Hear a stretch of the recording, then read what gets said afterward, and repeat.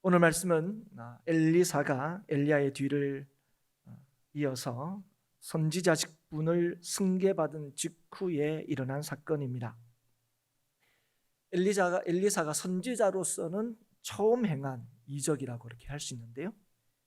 그런데 이 하나는 이적 가운데 하나는 축복이라 이렇게 할 수 있는 것이고, 다른 하나는 저주다 이렇게 부를 수 있는 그런 사건입니다.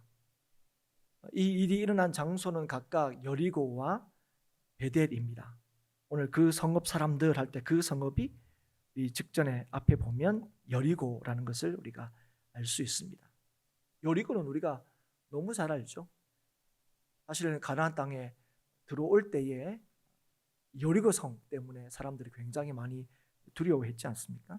그런데 이 시대에는 지금 이 엘리사가 있었던 이 시대에는 여리고는 한마디로 저주받은 땅이라고 그렇게 할 수가 있었습니다. 먼저는 뭐 때문에 저주받은 땅이라 부를 수 있었냐면 여호수아가 여리고성을 이제 점령하지 않습니까? 그러고 난 뒤에 뭐라고 선언을 하게 되냐면 이 여리고성을 누구든지 일어나서 건축하는 자는 여호와 앞에 저주를 받을 것이다. 이렇게 이제 얘기를 했습니다. 그것만 하더라도 사실은 이 여리고가 굉장히 이제 저주받은 땅인데, 오늘 말씀에 보니까 이 땅은 또 물이 나빠서 토산이 익지 못하고 떨어지는 땅이었다 하는 것을 우리가 알 수가 있습니다. 뭐 요즘도 그렇지만 당시엔 더 그랬겠죠. 안정과 번영의 기틀이 뭡니까? 성입니다. 성 안은 안전하고 성 밖은 위험하죠. 그런데 이 여리고라는 이 땅이 지금 뭡니까? 성을 쌓지 못하는 그런 곳이었다는 거예요. 그리고 물이 좋지 않아서 농산물도 제대로 열매를 맺지 못하는 그런 곳이다 보니까 이 땅은 저주받은 땅이다, 이렇게 이제 불러도 무방한 땅이었습니다. 그런데 오늘 말씀해 보면 이 땅에 축복이 임했다 말씀하는 거죠. 물이 고쳐져서 열매 맺는 땅이 되었다는 것을 우리에게 보여줍니다. 그런데 한편으로는 이 베델의 뜻이 뭡니까? 하나님의 집이란 뜻이죠. 그런데 하나님의 집이라는 뜻을 가진 이 베델에서는 그 반대로 저주받는 일이 일어났다 하는 거죠. 이 두 가지 사건들은 엘리야의 뒤를 이은 이 엘리사가 강력한 선지자임을 보여줍니다.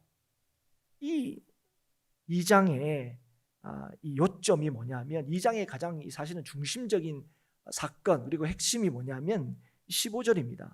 15절에 엘리야의 성령이 하시는 역사가 엘리야 위에 머물렀다. 이제 이 하나님의 역사가 이제 엘리야에서 엘리사로 이렇게 옮겨졌다 하는 거죠. 그런데 이 두 가지 이 사건은 이 하나님의 이 뜻이 분명히 이루어졌다는 사실을 확인시켜주고 있는 거예요.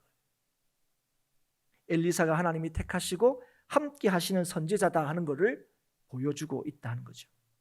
그런데 이걸 어떻게 보여주느냐? 하나는 긍정적인 방식으로 보여주고 또 하나는 부정적인 방식으로 보여주고 있다는 거예요. 그런데 사실은 이 두 가지 중에 부정적인 방식으로 보여준 이 베델에서의 사건은 사실은 그 내용을 이렇게 보면 우리가 알다시피 작은 아이들이 엘리사를 조롱함으로 말미암아 엘리사가 저주하게 되고, 그래서 이 숲풀에서 암컷물이 나와가지고 42명이 되는 아이를 찢었다 하는 일입니다. 근데 지금 이 베델에서의 사건이 사실 우리를 좀 당황스럽게 만들죠. 이게 선지자가 할 수 있는 일인가? 그러니까 뭐 선지자가 뭐 아이들이 뭐 그럴 수도 있는 거지. 근데 그런 일로 통하여 저주하게 되고 또 그 결과 아이들이 한두 명도 아니고 42명이나 되는 아이들이 이 곰에 의해서 이렇게 다치는, 아니 또는 죽는 이런 일이 이제 일어나게 됐다는 거죠. 그래서 우리는 이제 이런 사건을 볼 때는 이 강력한 또 하나님의 택하신 선지자 이걸 보여준다 할지라도 좀 다른 사건으로 좀 이렇게 선지자의 어떤 강력함이나 이런 걸 보였으면 더 좋지 않았을까, 그런 생각이 든다는 거예요. 예수 믿는 사람으로 이런 일을 보면 한편으로는 좀 이렇게 통쾌할 수도 있지만, 특히 요즘 같은 경우에는 아이들이 또 얼마나 또 귀합니까? 사실은 중요하고. 그래서 이런 이 성경의 기록들을 보면 좀 약간 당혹스럽습니다. 혹시 예수 안 믿는 사람들이 이런 이야기를 들으면 어떻게 생각할까? 좀 사실 우리는 좀 약간 걱정도 되는 것이 사실이죠. 그러나 여러분, 오늘 이 두 가지 방식으로 이 보여주는 이 엘리사가 하나님의 선지자이다 하는 걸 보여주는 일은요, 단순히 이 일만 보여주는 것이 아니라 하나님께서 택하신 선지자를 통하여 이루시는 하나님의 역사하심을 보여주고 있다는 것을 우리가 또한 기억해야 됩니다.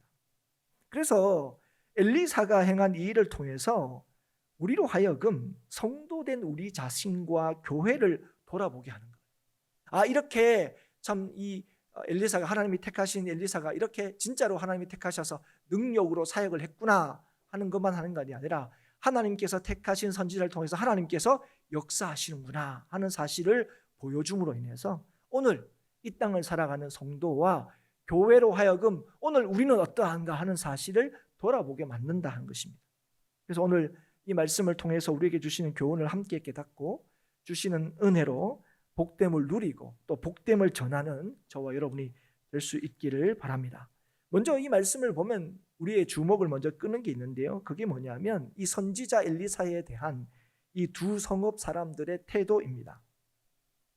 먼저 이 여리고성 사람들은 이 엘리사를 하나님의 선지자로 인정하고 있습니다. 그래서 그 선지자에게 자신들의 문제를 진지하게 의탁하고 있습니다. 그런데 여러분, 언제 이렇게 의탁하고 있느냐? 언제 이렇게 이 문제를 가지고 이제 그 선지자에게 나가고 있느냐? 엘리사가 이제 막 선지자로 세움을 받았을 때입니다. 굳이 요즘으로 얘기하면 막 이제 목사로 안수 받았을 때라고 이제 얘기할 수 있겠죠. 여러분, 오랫동안 이 신앙생활 하신 분들은 알겠지만 우리 교회도 그런 경우가 이제 있었는데요. 이렇게 전사님으로 계시다가 강사님이 되고 또 목사가 되면 어떻습니까? 우리 강사님이 드디어 목사님이 되셨구나 이런 것도 있지만 이제 목사님이 되셔가지고 그죠? 한편은 좀 안쓰럽고 그죠? 또 한편은 또 어떻게 또 잘하실까 또 기대되고 이럴 때이지 않습니까? 그러니까 목사도 마찬가지죠. 목사라는 이제 안수를 딱 받았지만 아직 강도 찬 것 같고 누구 목사님 이러면 나 부르는가 이렇게 생각이 드는. 이 엘리사의 지금 이 상황이 딱 그런 상황이라고 할 수 있겠습니다. 그러니까 엘리사가 선지자로서 어떤 탁월함이나 이런 것들을 보여준 적이 없을 때예요. 이제 선지자로 이제 세우심을 받을 때였죠. 놀라운 능력이나 업적이라고 부를 만한 것들이 전혀 없었을 때입니다. 그럼에도 불구하고 지금 이 여리고성 사람들이 엘리사를 주인이다, 우리 주인이다 이렇게 이제 부르고 있습니다. 그렇게 부름으로 말미암아 이 엘리사를 하나님의 선지자로서 그 권위를 인정하고 있는 거예요. 이제 막 선지자 되는데 뭘 알겠어? 조금 더 있다가 얘기하지 이게 아니라 하나님의 선지자로 인정하고 자신들이 가지고 있는 이 문제를 가지고 선지자에게 나갔다는 거예요. 그 이유가 무엇입니까? 이유는 하나죠. 하나님의 섭리와 권위를 인정했기 때문이었습니다. 엘리사도 괜찮을 거야가 아니라 하나님이 엘리사를 엘리야 다음에 선지자로 세우셨다는 사실을 믿고 인정했기 때문에 그렇다. 그들은 자신이 가지고 있는 이 어려움을 엘리사는 해결할 거야 이렇게 믿은 것이 아니라 하나님은 해결하실 수 있을 거야 이 믿음을 가졌기 때문에 하나님이 세운 이 엘리사에게 찾아간 거예요. 인간적으로 볼 때는 이제 막 선지자가 되고 이렇게 우리가 본 것도 없고 들은 것도 없고 그죠? 사실 경험이나 능력은 한마디로 얘기하면 좀 일천한 그런 상황이었지만 그를 하나님의 선지자로 인정했기 때문에 하나님을 믿었기 때문에 그에게 자신들의 문제를 말했던 거죠. 그런데 이와 반대로 아이들이었지만 이 베델의 아이들은 엘리사를 조롱했습니다. 엘리야 다음으로 세워진 사람이 엘리사야 이렇게 했을 때 어쩌면 이 아이들이지만 그래도 엘리야는 예를 들면 멋있었는데 엘리사는 왜 저렇게 이렇게 돼버리지? 이런 반응일 수도 있을 겁니다. 어떤 이유든지 간에 지금 이 아이들이 엘리사를 선지자로 이렇게 인정하지 않고 조롱하고 있는 거죠. 아니면 엘리야는 정말 대단했는데 어른들한테 들을 수도 있죠. 갈멜산에서 그렇게 대단한 역사를 일으켰다. 그런 얘기를 듣기 때문에 그런 사람이 이제 죽고 난 뒤에 그 다음에 엘리사 아유 저 사람이 뭘 할 수 있겠어 뭐 이런 마음이 어쩌면 어린 아이들의 마음에 있었을 수도 있습니다. 그래서 이런 행동을 했을 수도 있어요. 뭐 철없는 행동이다 이렇게 얘기할 수도 있을 겁니다. 그러나 어떤 이유든 간에 지금 이들의 행동은요, 하나님께서 엘리사에게 허락하신 이 선지자적인 직무와 부르심을 부인하는 것이었어요. 그래서 그들이 엘리사를 조롱하는 것은 결국 누구를 조롱하는 것입니까? 하나님을 조롱하는 것이죠. 그렇기 때문에 여러분, 오늘 이 말씀을 통해서 1차적으로 우리가 뭘 할 수 있습니까? 하나님의 사람에 대해서 함부로 말하거나 대해서는 안 된다는 거예요. 먼저는 영적 지도자에 대해서 그렇습니다. 그런데 여러분, 이건 영적 지도자에게만 해당되는 말이 아닙니다. 오늘 성도에게 마찬가지예요. 특별히 여러분, 교회에게 이 말씀은 적용이 되는 것입니다. 여러분, 하나님의 택하신 백성, 하나님의 자녀라는 신분, 교회로 부르심을 받아서 우리가 교회라는 것이 얼마나 놀랍고 영광스러운지 여러분, 우리가 먼저 스스로 잘 인식해야 됩니다. 예수님으로 말미암아 하나님의 자녀가 되었다는 것, 예수님의 그 십자가로 말미암아 우리가 교회로 부르심을 받고 예수 그리스도를 머리로 하여 우리가 살게 되었다는 것, 여러분 이게 얼마나 복된 일인지, 얼마나 이게 귀한 일인지 우리가 깨달아야 한다는 거죠. 여러분, 우리는 그래서 어떤 사람입니까? 우리는 하나님을 대변하는 사람입니다. 하나님을 보여주는 사람입니다.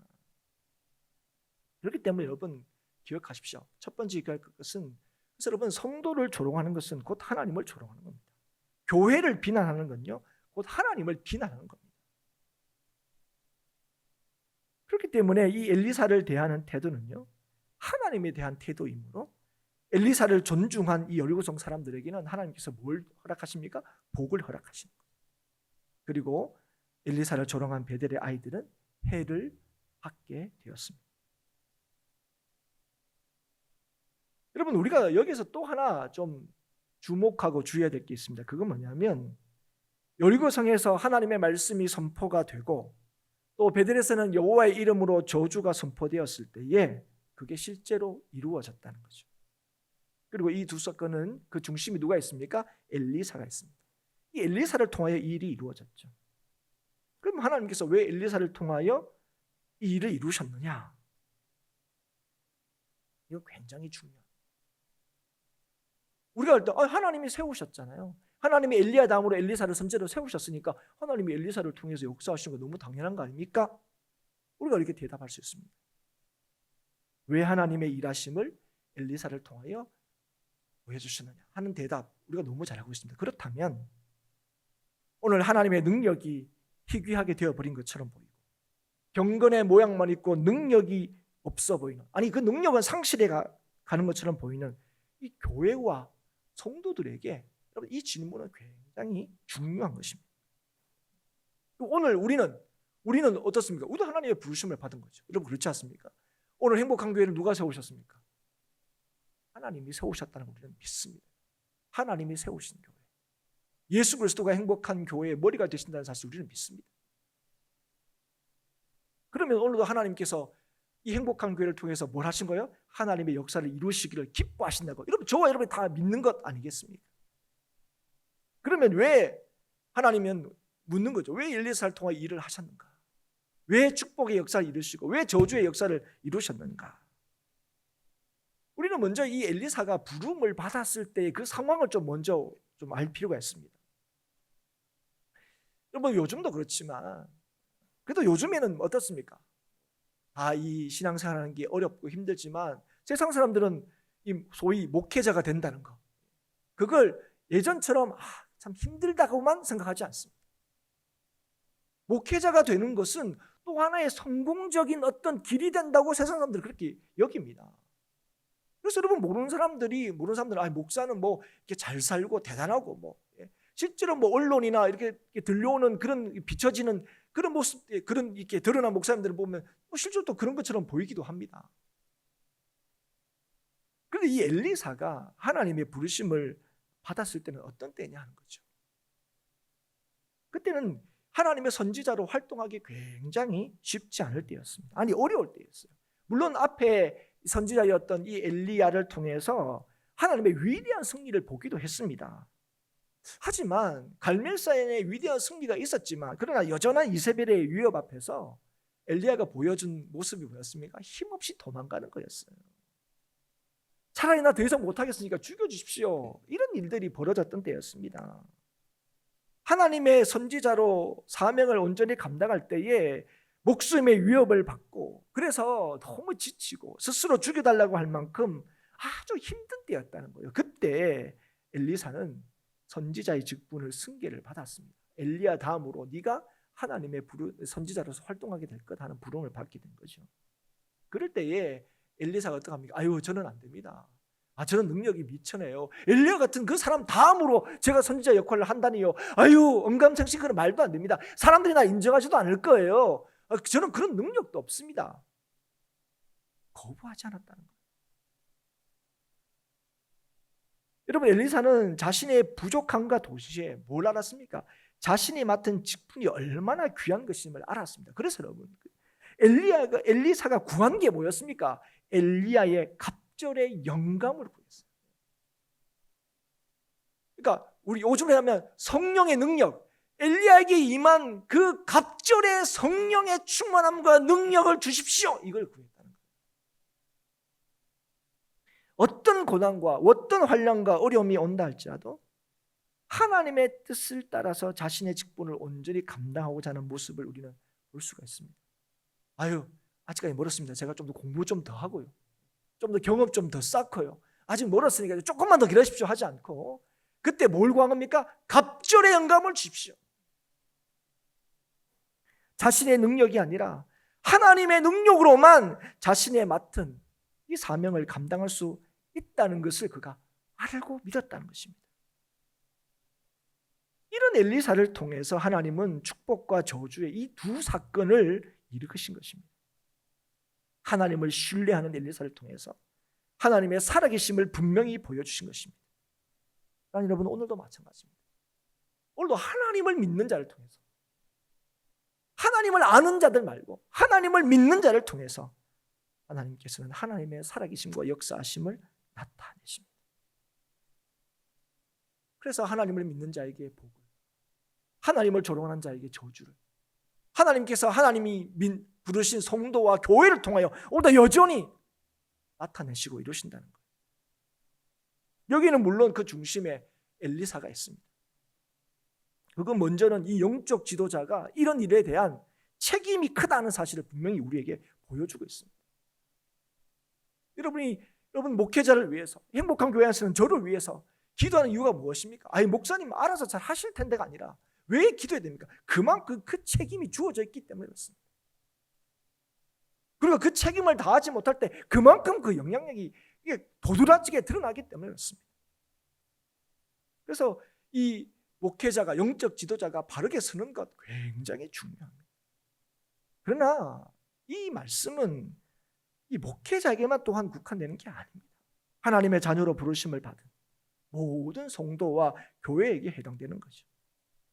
하나님과 하나님의 말씀을 믿고 신뢰하는 자가, 주님의 능력을 의지하는 자가 하나님의 살아계심을 증거할 수 있다는 것입니다.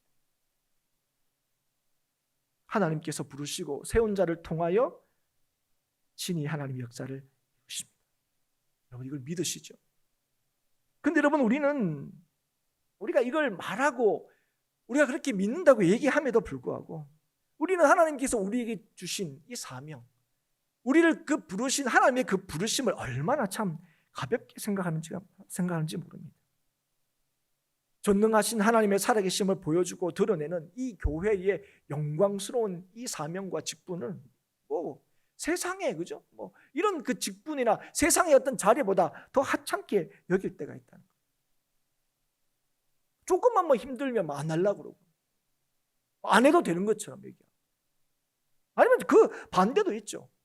이게 여러분 하나님께 주신 이 직분은 뭡니까? 교회를 온전히 세우기 위한 거예요. 나를 드러낸 것이 아니라 주님을 온전히 드러내기 위하여 하나님께서 우리에게 주신 직분임에도 불구하고 이런 직분을 무슨 능력이나 계급처럼 사용해서 군림하거나 대접받으려고 하는, 나를 도드라지게 드러내려고 하는 그런 수단으로 또 삼기도 한다는 거예요.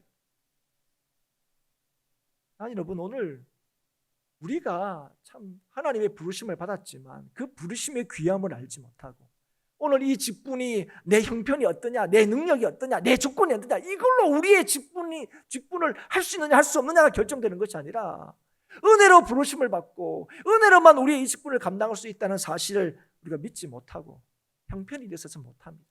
난 능력이 없어서 못합니다. 이렇게 얘기할 때는 여러분 이런 자를 통해서 하나님께서 어떤 일을 이루지 않은 거예요? 교회를 통한 축복과 저주의 역사가 일어나지 않는다는 거예요. 하나님이 역사하지 않는다는 거죠. 여러분, 오늘 우리는 우리 스스로를 오늘 이 하나님의 말씀 앞에 좀 세우고 비추어 볼 수 있기를 바랍니다.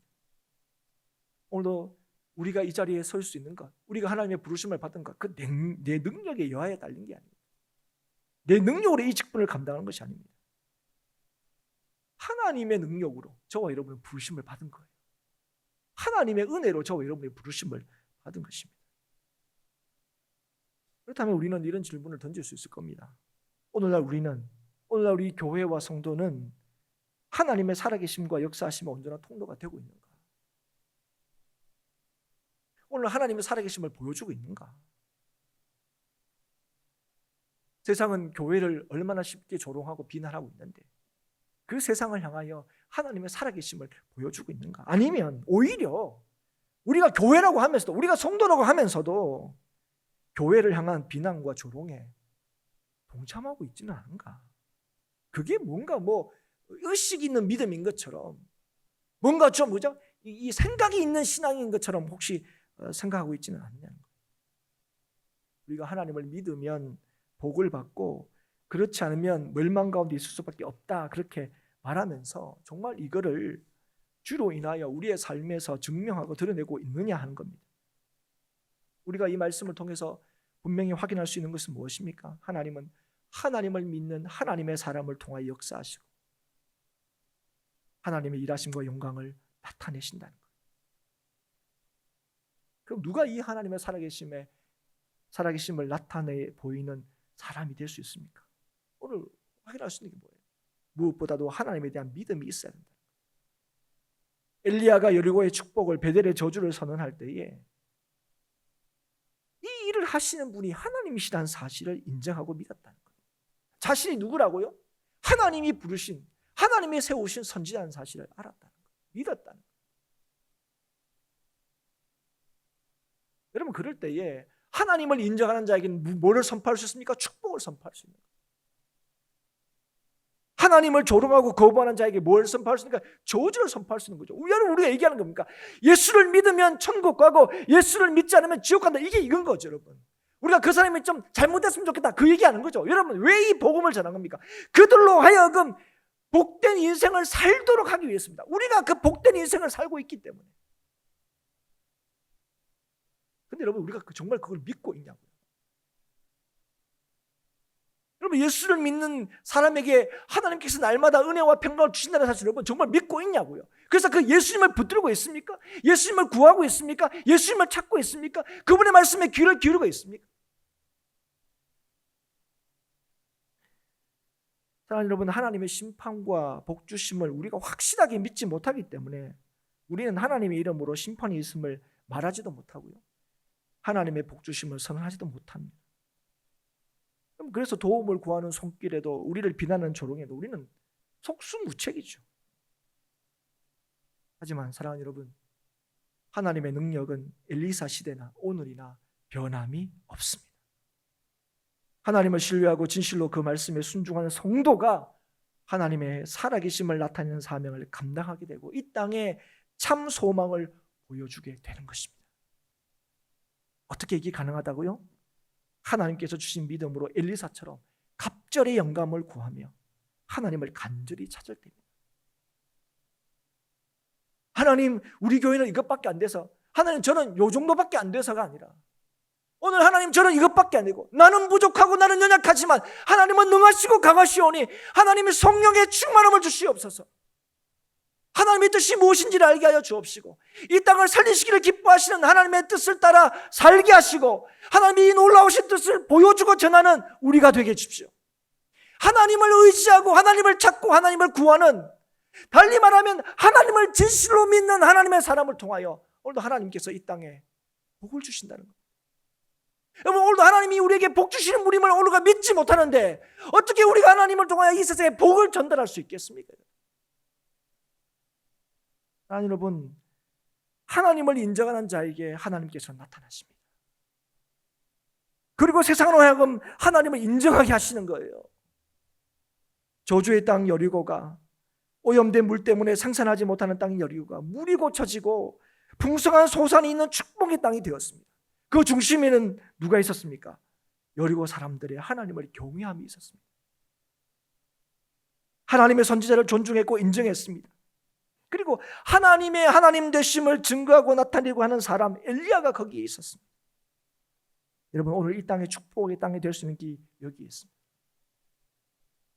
여러분, 오늘 이 땅에 세우신 교회가, 이 땅에 부르신 주의 성도들이 하나님을 경외할 때, 하나님의 하나님 되심을 증거하는 사명이 우리에게 주어졌다는 사실을 깨닫고 우리의 능력이 아니라 하나님의 능력으로 넉넉히 일이 이루어진다는 것을 믿을 때에 오늘 그 믿는 자를 통해 이 땅을 복되게 하시는 거예요. 아니, 여러분, 그래서 먼저 믿는 우리의 책임이 있음을 이 시간 기억할 수 있기를 바랍니다. 세상이 우리를 어떻게 이해하고 세상이 우리를 어떻게 말하든지 간에 여러분, 이 세상의 소망은 오직 예수 그리스도밖에 없고 그 예수 그리스도의 소망 되심을 보여주고 드러낼 수 있는 사람은 바로 하나님의 자녀로 부르심 받은 저와 여러분, 이 땅의 교회들이란 거예요. 그래서 여러분, 우리는 목회자를 위해서 기도해야 되고요, 성도를 위해서 기도해야 하는 것입니다. 뭘 위해서 기도합니까? 먹고 마시는 문제가 아니라 하나님의 나라와 의를 위해서입니다. 그런데 여러분, 요즘 가만히 보십시오. 전부 다 먹고 마시는 일에 초점이 있어요. 하나님의 역사도 어떻게 이해하려고 합니까? 먹고 마시는 문제. 먹고 마시는 문제. 근데 여러분, 이 땅의 소망은요, 하나님의 나라와 그 의를 구하는 데 있다는 사실을 기억하십시오. 왜 그렇습니까? 그럴 때 이 모든 것을 더하시는 하나님의 역사하심을 볼 수 있다는 거예요. 이 말이 뭡니까? 먹고 마시는 것이 우리의 구원을 책임지는 게 아니라는 거예요. 우리는 당장 코로나가 지나가고 경제적으로 어려움이 없으면 여러분, 우리는 괜찮다고 생각합니다. 정말 그렇습니까, 여러분? 그렇지 않다는 걸 하나님께서 이 상황을 통해 우리에게 말씀해 준다는 것을 저는 분명히 믿습니다. 여러분, 오늘 성도들은 뭘 구하고 있습니까? 예수 믿는 사람들은 뭘 구하고 있습니까? 세상은 이걸 구합니다. 먹고 마시는 걸 구합니다. 세상에는 어떤 지도자를 원합니까? 먹고 마시는 거 해결할 수 있는 지도자를 원합니다. 그런데 여러분, 하나님께서 이 땅에 교회를 왜 세우셨습니까? 먹고 마시는 문제를 해결하기 위해서 세우셨습니까? 아니요. 진실로 인생의 소망이 되는 길이 하나님의 나라와 그 위에 있다는 사실을 주님께서 알게 하시고요, 진짜 구원의 길과 소망의 길이 어디에 있는지를 하나님께서 이 땅에 보여주시기 위하여 하나님께서 이 땅에 교회를 세우신 거예요. 예수 그리스도를 이 땅에 보내시고 예수 그리스도를 머리로 하는 교회를 이곳에 세우신 것입니다. 세상의 영광이 아니라 하나님의 영광을 이 땅에 나타내기 위하여 오늘 저와 여러분을 부르시고 교회를 세우셨다는 사실을 이 아침에 다시 한번 깨달을 수 있기를 주의 이름으로 축복합니다. 여러분, 우리의 사는 길이 어디에 있다고요? 코로나가 지나가는 데 있지 않습니다. 우리의 사는 길이 어디에 있다고요? 우리가 더 잘 먹고 더 잘 입으면 되는 데 있지 않습니다. 오늘도 우리를 영원토록 책임지시는 하나님, 그 하나님을 믿고 신뢰하는 거기에 우리의 삶의 구원이, 우리의 삶의 평강이, 우리의 삶의 소망이, 우리의 삶의 기쁨이, 우리의 삶의 감사가 거기에 있다는 사실을 이 아침에 기억할 수 있기를 주의 이름으로 축복합니다. 그래서 여러분, 오늘 우리가 먼저 주신 이 믿음으로 말미암아 오늘 우리에게 복 주시기를 기뻐하신 하나님, 오늘도 우리를 지키시기를 기뻐하신 하나님, 그 하나님의 보호하심과 함께하심을 누리는 저와 여러분이 될 수 있기를 축복하고, 그래서 그 믿음으로 하나님이 우리와 함께 하신다는 이 믿음으로 말미암아 이 땅에 하나님의 살아계심을 온전히 증거하고 보여주는 우리 모든 행복한 교회 성도들이 될 수 있기를 주의 이름으로 축복합니다. 여러분, 우리가 누구인가를 분명히 인식하십시오. 어떤 고난과 역경이 있더라도 우리의 신분을 망각하지 마십시오. 믿는 사람들이 올바로 설 때에 오늘 부르심 받은 자들이 참으로 하나님의 능력과 은혜를 구하고 믿을 때에 그리하여 하나님의 영광과 능력이 온전히 이 땅에 드러날 때 이 땅은 축복의 땅이 될 것입니다. 어떤 상황에서도 하나님을 신뢰하십시오. 그리하여 오늘도 우리를 통하여 구원의 역사를 이루시는 하나님을 보고 하나님을 전할 수 있기를 바랍니다. 하나님을 아는 자에게 그치지 않고 하나님을 믿는 자로 살아갈 수 있기를 바랍니다. 나의 어떠함으로 아니라 주의 이름과 말씀의 능력으로 살아가는 저와 여러분이 될 수 있기를 바라고, 주의 이름과 말씀의 능력을 보여주는, 그래서 이 땅을 살리시는 주의 사명을 감당하는 우리 행복한 교회 성도들이 다 될 수 있기를 주의 이름으로 축복합니다.